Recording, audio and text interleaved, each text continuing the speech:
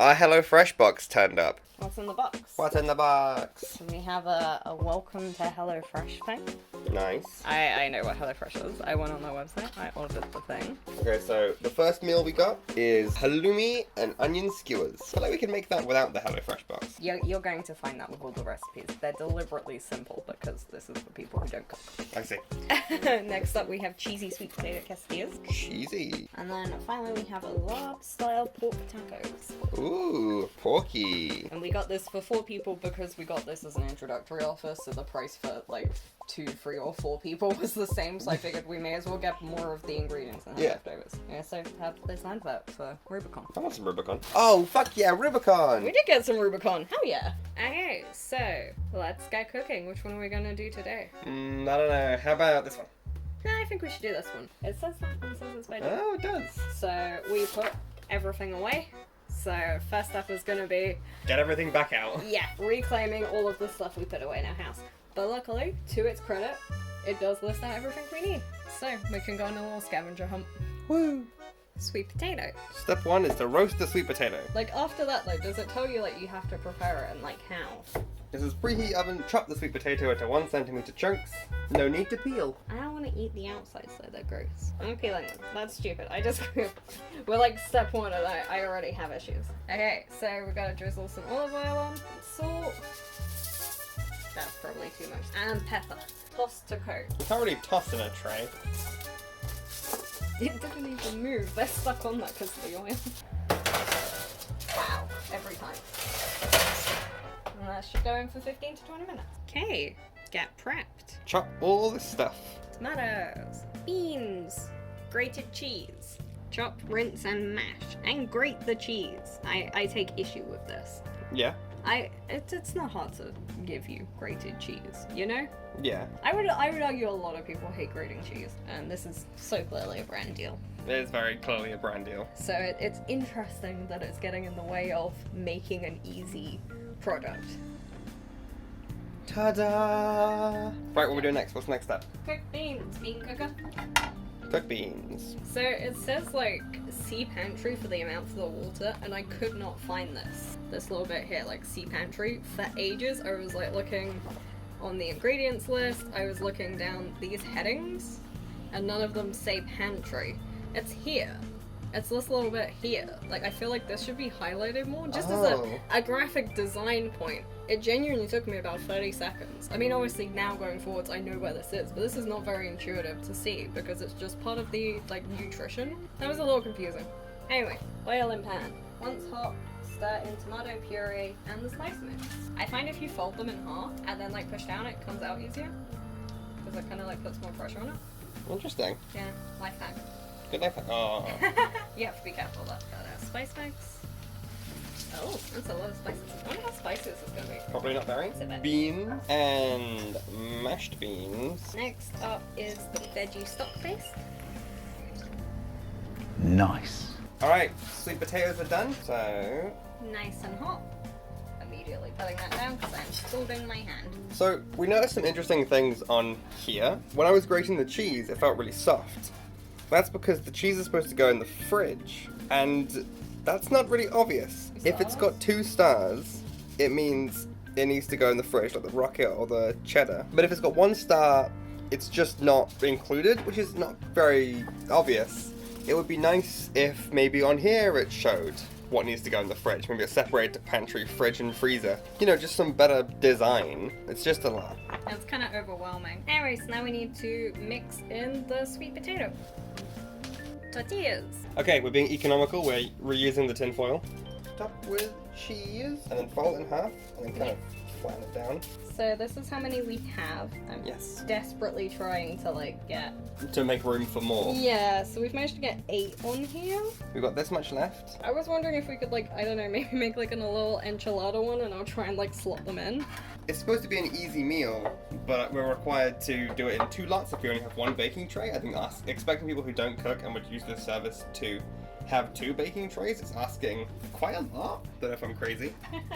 I don't really have an oil brush, which I would also argue It's asking too much. Yeah, so I'm just gonna, I guess maybe drizzle. 8 to 12 minutes in the oven. Well, with our oven, who knows? Let's see what it does. Smells like quesadillas. Ooh, okay. So we go. So we can blade up. So it's supposed to be free. Let's see how many I can fit on here. I'm going to put the tomatoes on my plate because you don't like tomatoes. Rocket. So for the dressing, it says to just use olive oil. So I'm taking that as we can dress it however we want. So I'm gonna do a little bit of olive oil, a little bit of balsamic vinegar, and a little bit of salt. And the final thing is there's actually supposed to be sour cream on here. It does just say, like, put it on the side. That's not bad. That's quite close. If we had bigger plates, it would look more accurate. This is the price we paid for it in the HelloFresh box, and here is the price for it if we bought the ingredients ourselves. Yeah, now we eat. All gone. It was pretty satisfying, actually. Yeah, I'm quite full. It looked a lot smaller before we made it. Yeah, it did. I'd almost argue there's too much salad, but that's just because we couldn't fit it on our plates. Yeah. I think I would like a larger flavor profile range. Yeah, that's fair. It did get kind of monotonous eating 3 of them. It did. Maybe like if there was some kind of variation or maybe a sauce of some kind. Yeah, and I guess for this one specifically, the side is just the salad, so that's quite neutral. It was much better with the balsamic vinegar, which we didn't get in the thing. Yeah. So we've done this. Which one are we doing now? I think we should go for the halloumi skewers because I don't want to eat more tortillas. We had the leftovers for lunch. We made the leftovers better. We did. We added scrambled egg and made them into a kind of breakfast taco. Halloumi and onion skewers. Seems pretty simple. It's less time than the one yesterday, but it is half the number of veg a day, despite being like almost entirely veg. So let's chop the potatoes. Potatoes. This is quite a lot of potatoes. Like this is not a small bowl. That's a good amount of wedges. And now we have to add the spice mix. So it says use olive oil. We were actually out of olive oil, so we're using butter. This is some salt and pepper from our pantry, and the spice mix. All right, let's get that in there, all of it. Yeah. Give it a little mix. Up next, prep the onion, tomato, lettuce, and halloumi. Okay. Alright, now what do we do? Next step is to assemble your skewers. It wasn't very clear for how to cut the halloumi. It said 4cm chunks, but I looked at the picture and basically saw how many chunks were needed for each skewer and did it off that. It's 24, by the way. Skewers. So, skewers have been made. We don't have enough trays, as we complained about in the last one. But let's put them in. There's one upstairs. Oh, we have a bigger tray down there. Do we? Oh, yeah, it's the, like, baking one. So, next is salad time. We've got extra onions, so I'll add that last. Lettuce. Apple cider vinegar. Oh, very wet. Sprinkle of salt, sprinkle of pepper, and interestingly, it does say to do this. It says to add a pinch of sugar. Honey. Sweet chili sauce. And... Ta-da! Whoa! Just as good. I think ours looks pretty good. That's a lot of food. I think the plates are quite small, to be fair, but you know. Plates are quite small. Also, we have 3. Yes, because we are only 2, so fuck the rules. These I look see. quite good. They do. Last but not least, we have the Thai lab. Lab? Larb. How you feeling? I'm intrigued. It's kind of been over a week since we got the box, so I'm impressed most of the food's actually held up. Like, all the veg and stuff seems okay. Yeah, the vegetable's great. The only one that looks a little, maybe this has definitely gone out of date, but it's probably still fine. It's past its, like, use by date, but it's not inflated the package or anything, and, you know, I guess we'll play it by eye. Well, we'll tell you if we get sick. Like, so we got the box on Saturday, we had to make this meal by Tuesday. So we had to make all the meals as the only meals we ate, basically, for the next 2 days. So it's 3 days. The other 2 lasted because they were vegetarian. Yeah. So it wasn't as time sensitive, but it's supposed to be 3 meals across a week. It's kind of annoying if one of them is, like, immediate. Yeah. I would say stuff should be lasting until, like, the day before you get the next Yeah. box. So this is a little disappointing. But we'll see what happens. So the first 2 steps of this one are chop the cucumber, smash the peanuts, and chop the lettuce. So let's do that. With that stage done, time to fry. The instructions for this bit are very, like, careful around pork. Be careful, this pork is scary and dangerous and horrible. Oh yeah, that smells fine. It just smells like pork. We're all good. Seasoning with salt and pepper. Important. Smash that shit. Hey, next up is seasoning. So we've got our paste. It says to use one of, like, or half of this if we don't want it that spicy. How spicy do we want it? Okay. I don't know, we could go for the whole thing. Go bowl. That was quite possibly the worst way I could have opened it. Oh wow, that's all the seasoning. Yeah, we're definitely doing both. The sweet soy sauce goes in at this stage. And then 50 milliliters of water. And finally, some tortillas. This is a lunch, so we're only gonna make half. You're supposed to put the tortillas in the oven, but fuck that, so they're going in the microwave. Okay, we have plated up. The last step is To sprinkle in some peanuts. We've tried two different plating methods here. This is kind of what they had on the picture, and this is more practical. okay, look at that. That's way more practical. This is all the pork, by the way. Yeah, like this is a lunch. It's gonna be a very big lunch. It is a but, big one. like, still. Now that we've finished the box, how do you feel about it? I have some things to say. Good. Good. Me too. I think a fair way to judge the box would be to look at what they say their core benefits are and see how they hold up against their own metrics. To be upfront, buying a HelloFresh box is more expensive than buying the ingredients separately. We showed the price of each ingredient from the shop as we went along, so you guys should have a good idea of how expensive each item was. If not, feel free to go back and look at them. But we won't wait for you. Oh, actually, we made some graphs, so stay here. These graphs outline the relative worth for a few different methods and highlight some interesting things about the cost of HelloFresh. When you compare by meal, all the HelloFresh ones had to be set to a flat 16. First of all, this is £4 per serving and not the £3.58 they list on the website. This is because unlike HelloFresh, I calculated the cost of delivery, which you cannot get the box without. Comparatively, we walked to the shop, which only cost us time. For others, this would potentially be offset by public transport or car costs. Comparing the price per portion per ingredient highlighted what was and was not classified as a pantry item. For instance, as a replacement for ketchup manis, a sweetened soy sauce, I substituted soy sauce and sugar. I classified the sugar as a pantry item as they would, which meant there were no additional ingredients compared to the HelloFresh one. Their definition of pantry is also very different to mine. I always have soy sauce and other Asian staples in my pantry because I cook a lot of Asian food. On the other hand, I have less curry spices and had to buy them for the purpose. This means for me in particular, cooking Asian food is cheaper than cooking curry.